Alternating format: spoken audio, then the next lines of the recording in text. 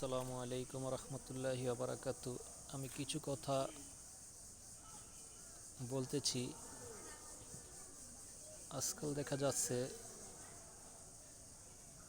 কিছু কিছু নারী পুরুষ পরকীয়া প্রেমে জড়িয়ে যায়।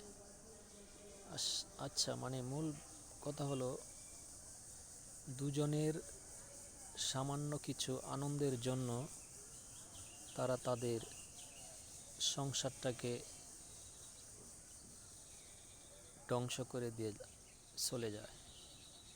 দেখা যায় কোনো মহিলা 5 বছর, 10 বছর, 15 বছর তার স্বামীর সাথে সংসার করে তার স্বামীকে ছেড়ে চলে যায়।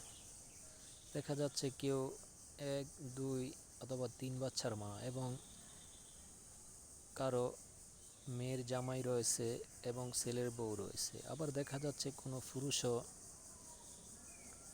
তাদের 1টি, 2টি অথবা 3টি ছেলে মেয়ে রয়েছে এবং তাদের মেয়ের জামাই রয়েছে অথবা ছেলের বউ রয়েছে।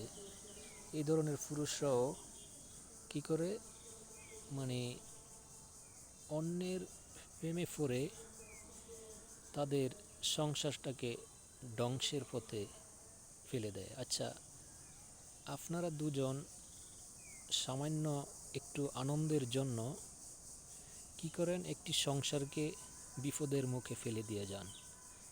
আপনারা আপনাদের সন্তানদের কথা একটু চিন্তা করুন এবং আপনাদের পরিবারের কথা চিন্তা করুন যে পরকীয়া প্রেম থেকে আল্লাহ পাক রব্বুল আলামিন বিশ্বের সকল মুসলমান নরনারীদেরকে হেদায়েত দান করুক এবং প্রত্যেক জাতিকেই আল্লাহ পাক রব্বুল আলামিন এই পরকীয়া প্রেম থেকে দূরে সরিয়ে রাখুক।